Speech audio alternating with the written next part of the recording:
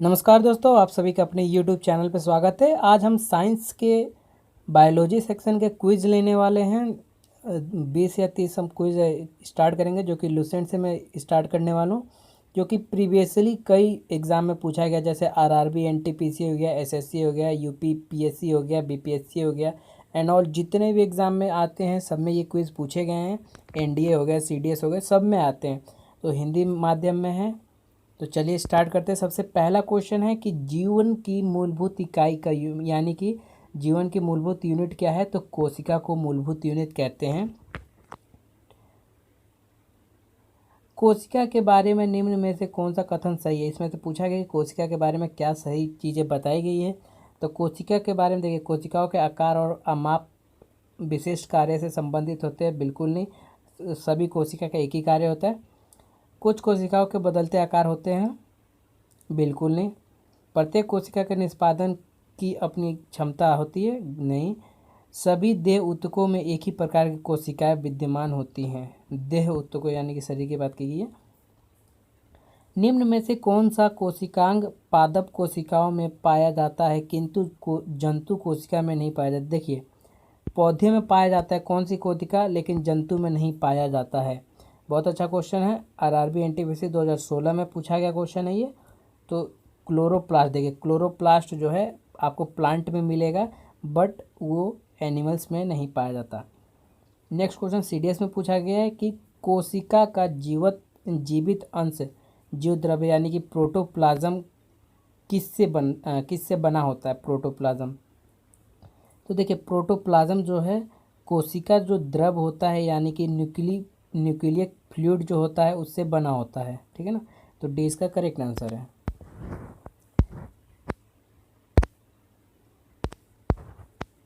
Next question है कि 80% से अधिक कोशिका सेल में पाया जाता है। देखिए 80% से अधिक कोशिका सेल में क्या पाया जाता है? कोशिका के अंदर क्या चीज़ पाया जाता है?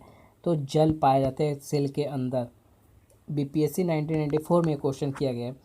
निम्नलिखित में से किन कोशिकाओं में नाभिक नहीं होता? यानी कि नाभिक की बात कर रहा है, एक केंद्रक नहीं होता।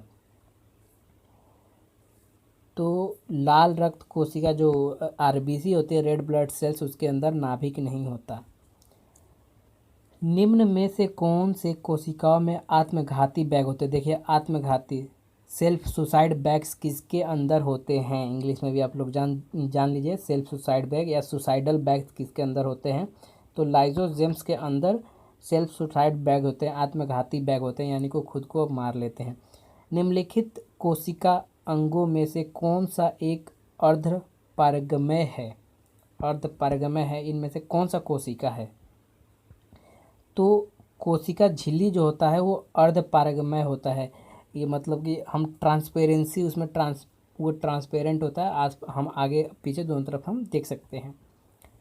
निम्नलिखित में से किसको कोशिका सेल का पावर प्लांट कहा जाता है? देखिए पावर हाउस ऑफ सेल किसे कहा जाता है? डायरेक्ट ये क्वेश्चन हम पूछे तो इस तरीके से पूछेंगे, तो माइटोकॉन्ड्रिया को पावर हाउस ऑफ सेल कहा जाता है, यानी कि पावर प्लांट कहा जाता है। नेक्स्ट क्वेश्चन है कि यह श्वसन श्रृंखला का उपयोग कर पादप कोशिकाओं में ऊर्जा का उत्पाद करते हैं। देखिए श्वसन श्रृंखला को यूज़ करके कोशिका में कौन जो है ऊर्जा बनाता है? तो माइटोकॉन्ड्रिया। हमने पहले कहा कि पावर प्लांट है, power house of the cell है माइटोकॉन्ड्रिया, तो माइटोकॉन्ड्रिया इसका भी करेक्ट आंसर है बीएसएससी में, यानी कि बिहार स्टाफ सिलेक्शन कमेटी में क्वेश्चन पूछा गया है 2016 के अंदर। नेक्स्ट क्वेश्चन है कि मानव शरीर में मौजूद निम्नलिखित कोशिकाओं में से किस में माइटोकॉन्ड्रिया नहीं पाया जाता? बहुत अच्छा क्वेश्चन, आरआरबी और एनटीपीसी में ये क्वेश्चन पूछा गया है। तो इसका डायरेक्ट आंसर आप देखिए, जो आरबीसी जो है उसके अंदर माइटोकॉन्ड्रिया नहीं पाया जाता। कोशिकाओं में केंद्रक के अलावा किस कोशिकांग में डीएनए होता है? देखिए केंद्रक न्यूक्लियस के अलावा किस कोशिका में डीएनए भी पाया जाता है? यानी कि डाईऑक्सिरिबो न्यूक्लिक एसिड किसके अंदर पाया जाता है? ये पूछा गया क्वेश्चन है। तो माइटोकॉन्ड्रिया के अंदर, ये क्वेश्चन देखिए कहीं ना कहीं घूम रहा है माइटोकॉन्ड्रिया के अंदर। न्यूक्लियस के बाहर डीएनए कहाँ मिलता है? देखिए न्यूक्लियस के बाहर डीएनए आपको कहाँ पर मिलता है? तो माइटोकॉन्ड्रिया के अंदर। अभी डीएनए के ऊपर बात हुई थी, यही माइटोकॉन्ड्रिया एसएससी 2015 में क्वेश्चन पूछा गया। देखिए क्वेश्चन की थोड़ी डेप्थ देखिए, जो कि सीडीएस में पूछा गया था, जो कि हाई रेपुटेटेड इंस्टीट्यूशन है सीडीएस यूपीएससी द्वारा पेपर दिलवाना उससे।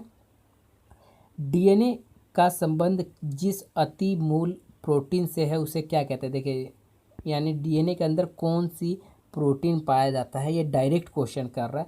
तो हिस्टोन जो होता है डीएनए के अंदर प्रोटीन पाया जाता है। नेक्स्ट क्वेश्चन की तरफ बढ़ते हैं, क्वेश्चन नंबर 15 की तरफ। तो जीव विज्ञान में डीएनए का पूर्ण कार्य क्या है? देखिए डीएनए का पूर्ण रूप पूछ रहा है, तो पूर्ण रूप डीएनए का क्या है यहाँ पर?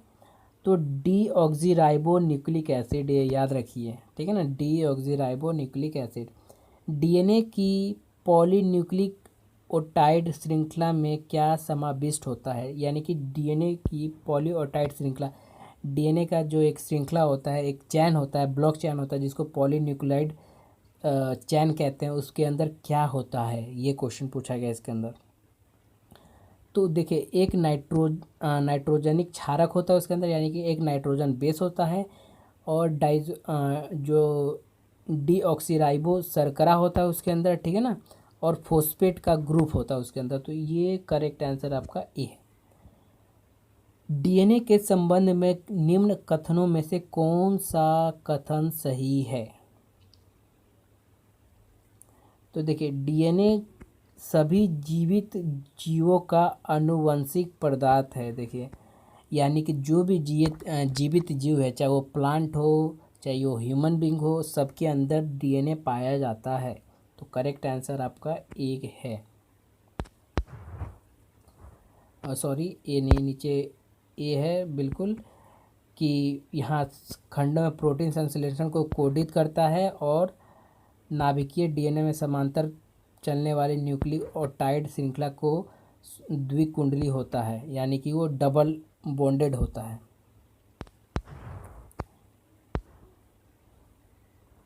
नेक्स्ट क्वेश्चन है, निम्नलिखित में से क्या डीएनए में मौजूद रहता है किंतु आरएनए में नहीं होता? देखिए डीएनए में ऐसा क्या चीज़ होता है जो कि आरएनए में नहीं होता? यहाँ पर एक आपको आंसर बताना है, तो डायरेक्ट इसका आंसर थाइमीन जो होता है वो डीएनए में नहीं होता, सॉरी डीएनए में होता है बट आरएनए में नहीं होता। लेकिन देखिए एडेनिन, ग्वानिन और साइटोसिन, ये तीनों जो प्रोटीन हैं आपको डीएनए के अंदर भी मिलेगा as well as found in RNA, ठीक है ना। तो इसका करेक्ट आंसर ए है। आरएनए का प्राथमिक कार्य क्या है? देखिए आरएनए का मतलब प्राइमरी फंक्शंस क्या है आरएनए का? तो आरएनए क्या करता है? प्रोटीन सिंथेसिस करता है, प्रोटीन संश्लेषण करता है, ठीक है ना। नेक्स्ट क्वेश्चन है कि राइबोसोम्स क्या होते हैं? देखिए राइबोसोम्स क्या होते हैं? तो राइबोसोम्स जो होते हैं वो आरएनए होते हैं, ठीक।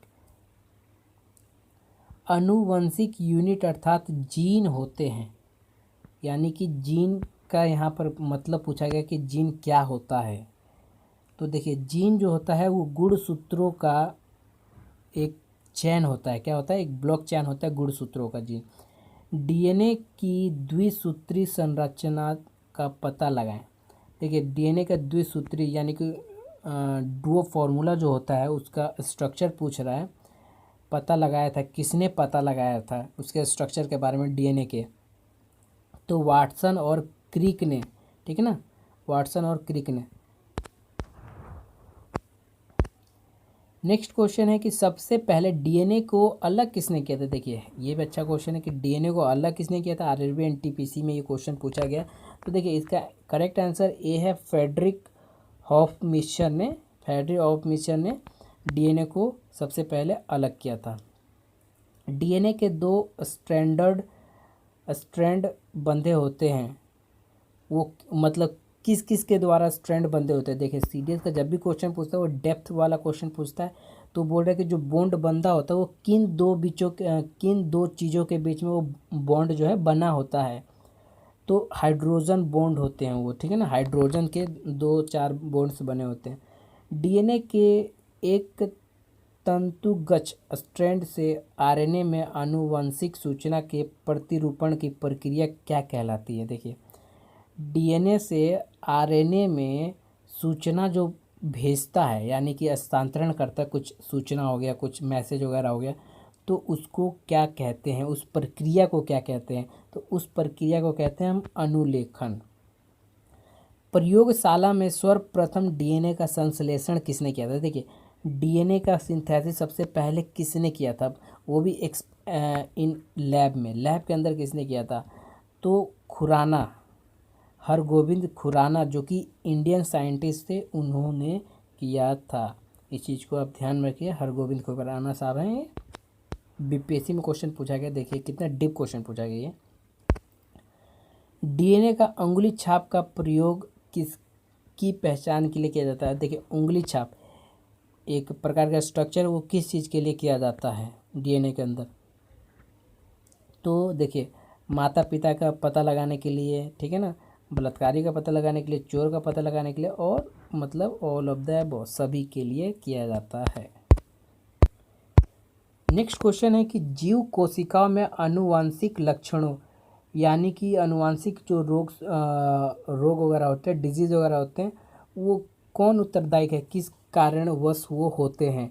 तो इसका करेक्ट आंसर है कि डीएनए के द्वारा होते हैं, यानी कि जो भी, जैसे कि हेमीफीलिया हो गया, ठीक है ना, हेमीफीलिया के बारे में आप लोगों ने पढ़ा होगा, या फिर इसको कहते हैं रॉयल डिजीज़ भी कहते हैं इसको, या फिर इसको कहते हैं विटामिन के की कमी से होने वाला रोग, ठीक है ना, यानी कि जिसमें ब्लड की क्लोटिंग नहीं हो पाती। तो ये जो डिजीज़ है, ये जनरेशन टू जनरेशन अगर घर में किसी को हुआ है तो वो ट्रांसफ़र होती है, जो कि आनुवंशिक एक रोग है, तो वो डीएनए के थ्रू ही ट्रांसफ़र होती है। आप लोग इस चीज़ को ध्यान रखिए। नेक्स्ट क्वेश्चन है कि पुरुष में पुरुषत्व के लिए कौन सा गुणसूत्र है? यानी कि पुरुष में अगर मेल चाइल्ड का बर्थ होना है तो इनमें से कौन सा क्रोमोसोम्स की आवश्यकता होती है? तो जब एक्स वाई होगा तो वो मेल चाइल्ड होगा, एक्स और एक्स होगा तो वो फीमेल चाइल्ड होगा, और जब इससे तो कुछ चाइल्ड नहीं होगा, ट्रांसजेंडर साइड में चला जाएगा, यानी करेक्ट आंसर इसका डी है, ठीक है ना। मनुष्य में कौन से क्रोमोसोम्स के मिलने से बालक का जन्म होता है? देखिए, बालक का यहाँ पर जन्म की बात कही गई है। तो सबसे पहले मैं बता दूं कि फीमेल, ठीक है ना, फीमेल के अंदर 2 क्रोमोसोम्स होते हैं, एक्स एंड एक्स, 2 एक्स होते हैं, ठीक है ना। और मेल में क्या होता है? तो मेल में आपको एक्स और वाई 2 क्रोमोसोम्स मिलते हैं, ठीक है ना। तो अगर मेल चाहिए तो यहाँ से एक्स और यहाँ से वाई, तो ये मेल बन जाएगा। अगर यहाँ से एक्स और यहाँ से एक्स, तो ये फीमेल बन जाएगा, ठीक है ना। इस चीज़ का आप लोग ध्यान में रखिए। स्त्री के पास सिर्फ एक ही क्रोमोसोम्स होता है, यानी कि एक्स होता है, और मेल के पास एक्स एंड वाई दोनों होता है। तो इसका आंसर हम लोग देखते हैं कि क्या होता है 30 का। तो तीसरे का आंसर क्या है? पुरुष का वाई और स्त्री का एक्स जब मिल जाएगा तो बालक का जन्म होगा, यानी कि मेल चाइल्ड का जन्म होगा, एक्स वाई, जैसे कि यहाँ पर क्वेश्चन पूछा गया है। ये एमपीपीएससी का क्वेश्चन पूछा गया है। शरीर में लगी चोट की मरम्मत के लिए किस प्रकार के सेल विभाजन का प्रयोग किया जाता है? देखिए, मरम्मत के लिए किस प्रकार का सेल विभाजन का जरूरत पड़ता है? तो केवल यहाँ पर देखिए, केवल समसूत्र जो होते हैं उनको यूज़ किया जाता है यहाँ पर। गुणसूत्रों की आकृति विज्ञान का अच्छी तरह से अध्ययन किसके किया जा सकता है? किससे किया जा सकता है गुणसूत्रों का? तो देखिए, मध्यावस्था के द्वारा किया जा सकता है। विषाणु में यानी कि वायरस से क्वेश्चन पूछ रहा है, निम्नलिखित में से कौन सी एक विशेषता नहीं होती? यानी कि वायरस के अंदर क्या विशेषता नहीं होती है? आप लोग ध्यान से पढ़े। देखिए, डीएनए आरएनए बिल्कुल मौजूद होता है विषाणु के अंदर। परपोषी कोशिका के भीतर प्रजनन होता है, बिल्कुल होता है। स्वभाव से पूरी तरह परजीवी होते हैं, बिल्कुल होते हैं। इसका जो करेक्ट आंसर है कि कोशिका भित्ति की मौजूदगी नहीं होती, इनके अंदर जो है वॉल नहीं होता, यानी कि सेल वॉल नहीं होते। करेक्ट आंसर इसका डी है। विषाणु में होता है, क्या होता है इन विषाणु में, क्या होता है? तो विषाणु के अंदर देखिए, विषाणु के अंदर आपको आरएनए और डीएनए दोनों में से एक पाया जाएगा, ठीक है ना। पौधों को संक्रमित करने वाले अधिकांश विषाणुओं में क्या होता है? देखिए, पौधों को जो संक्रमित करते हैं उन विषाणुओं के अंदर अधिकांश रूप से क्या पाया जाता है? तो उनके अंदर दोहरे तंतु गुच्छ वाले आरएनए पाए जाते हैं, यानी कि डबल आरएनए पाए जाते हैं उनके अंदर। नेक्स्ट क्वेश्चन है, निम्नलिखित में से कौन सा कथन सही है? जीवाणुओं विषाणु संक्रमित कर सकते हैं। जीवाणुओं का कवकों को, पादपों को। देखिए, विषाणु किसको संक्रमित कर सकते हैं, आपको आंसर बताना है। तो देखिए, ये तीन जीवाणु तीनों को संक्रमित कर सकते हैं। निम्नलिखित में से सर्वप्रथम किस वायरस की खोज हुई थी? देखिए, सबसे पहले किस वायरस की खोज की गई थी?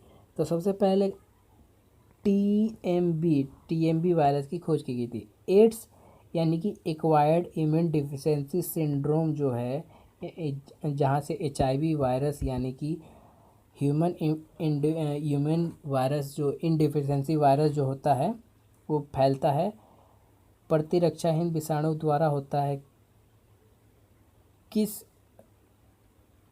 इसकी जो रक्षा है वो किसके द्वारा की जाती है? तो देखिए, इसका जो रेट्रो वायरस के द्वारा, किसके द्वारा? रेट्रो वायरस के द्वारा। यानी कि अगर एचआईवी को मारना है तो आपके शरीर में रेट्रो वायरस जो है छोड़ना पड़ेगा। जंतुओं में होने वाली फुट एंड माउथ रोग किसके कारण उत्पन्न होते हैं? देखिए, फुट एंड माउथ रोग, पैर जो है मोटे मोटे हो जाते हैं, पैर में फंजाई लग जाता है, प्रोटोजोआस लग जाते हैं, और ठीक है ना, और मुंह वगैरह भी कीड़े वगैरह लगना स्टार्ट हो जाते हैं जानवरों के अंदर। तो ये किसके द्वारा सही किया जा सकता है? तो ये जो है जीवाणु के द्वारा, किसके द्वारा लगता है? ये जीवाणु, बैक्टीरिया के द्वारा ये रोग लगता है।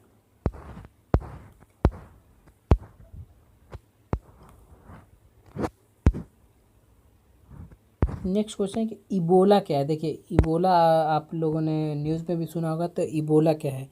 तो इबोला एक प्रकार का वायरस है, यानी कि विषाणु है।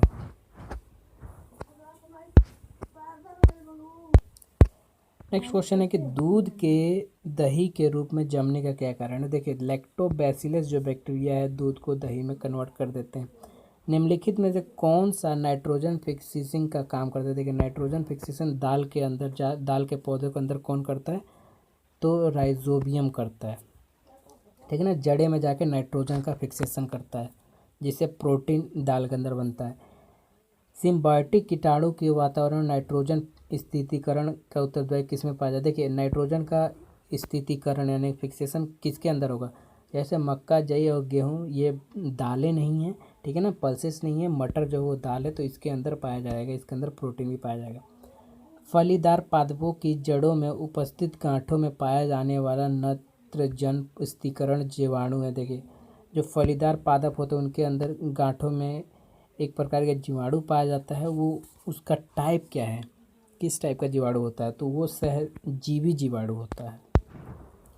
उत्तर प्रदेश पीसीएस में क्वेश्चन पूछा गया है। नेक्स्ट क्वेश्चन है कि आनुवंशिक हेरफेर द्वारा प्राकृतिक पृथक्कृतों से विकसित जीवाणुओं का निम्न कौन सा जीवाणु विभेद समुद्र के बिखरे तेल का निवारण करने के लिए, बिखरे हुए तेल का निवारण करने के लिए उपयोग में लाया जा सकता है? यहाँ पर एक जीवाणु पूछा गया है। तो देखिए, इसमें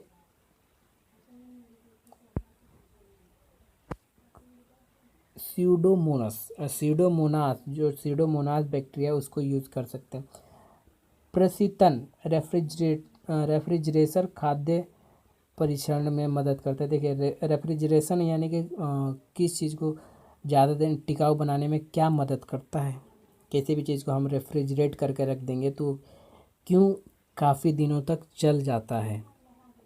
क्योंकि वहाँ पर जैव रसायन क्रियाओं का दर कम हो जाता है। जब हम ठंडा कर देते हैं किसी भी चीज़ का, तो उसके अंदर बैक्टीरिया लगना कम हो जाते हैं, कि उस टेम्परेचर वो अपने आप को मेंटेन नहीं कर पाते, सर्वाइव नहीं कर पाते, इसलिए वो नहीं लग पाते वहाँ पर।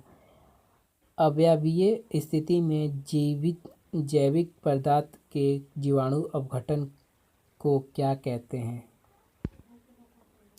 तो देखिए, अवायवीय स्थिति में जैविक पदार्थ के जीवाणु अपघटन को क्या कहा जाता है? ये क्वेश्चन आपके लोगों के सामने। तो यहाँ पर किण्वन के यानी कि फर्गमेंटेशन की बात की गई, यानी कि फर्मेंटेशन यानी कि ईस्टिंग करना, किसी भी चीज़ को सड़ा के बनाने के प्रक्रिया को क्या कहते हैं, तो उसे कहते हैं किण्विनीकरण। ठीक है ना, किण्विनीकरण। नेक्स्ट क्वेश्चन है, जीवों के निम्नलिखित प्रकार में से छत्रक किससे संबद्ध है। देखिए छत्रक किस चीज़ से संबंध होता है, एक छाता होता है, ठीक है ना, इस तरीके से मशरूम जिसको हम लोग कहते हैं, ये किस जीव में आता है, तो ये कवक है, ठीक है ना, जिसको फंजाई कहते हैं इंग्लिश में। सामान्य खाद्य छत्रक यानी कि मशरूम क्या है। देखिए मशरूम क्या है, वही क्वेश्चन ऊपर पूछा था, वही क्वेश्चन सेम टू सेम नीचे पूछा गया है। तो मशरूम जो है कसकर ठसाठस भरे कवक जाल है, ठीक है ना, एक प्रकार के नीचे से ऐसे ऐसे ऐसे ऐसे जाल सा होता है, इसके अंदर ठस ठस से भरा होता है। ईस्ट मिलाने पर गूथे हुए आटे के उठने का क्या कारण है। देखिए ईस्ट जब आटे के अंदर हम मिला देते हैं, आटा जब डो तैयार हो जाता है तो वो क्यों उठता है, क्यों वो फूलने लगता है और वो थोड़ा गीला क्यों हो जाता है, ये क्वेश्चन है। तो इसका कारण कि कार्बन डाइऑक्साइड गैस का निर्मोचन होता है, उसके अंदर से रिलीज होता है कार्बन डाइऑक्साइड गैस। तो देखिए एनडीए का क्वेश्चन और सीडीएस का क्वेश्चन, देखिए इनके डेप्थ क्वेश्चन का बहुत ज़्यादा होता है अगर आप पूरा पढ़ेंगे। तो आई होप कि आपको ये वीडियो यहाँ तक अच्छी लगे तो लाइक कर दीजिए, दोस्तों के साथ शेयर कर दीजिए और कमेंट करके बताइए साथ ही साथ। और आपका दिन शुभ हो। और नेक्स्ट हम कंटिन्यू करेंगे 51 से नेक्स्ट वीडियो में। धन्यवाद दोस्तों, थैंक्स फॉर वॉचिंग।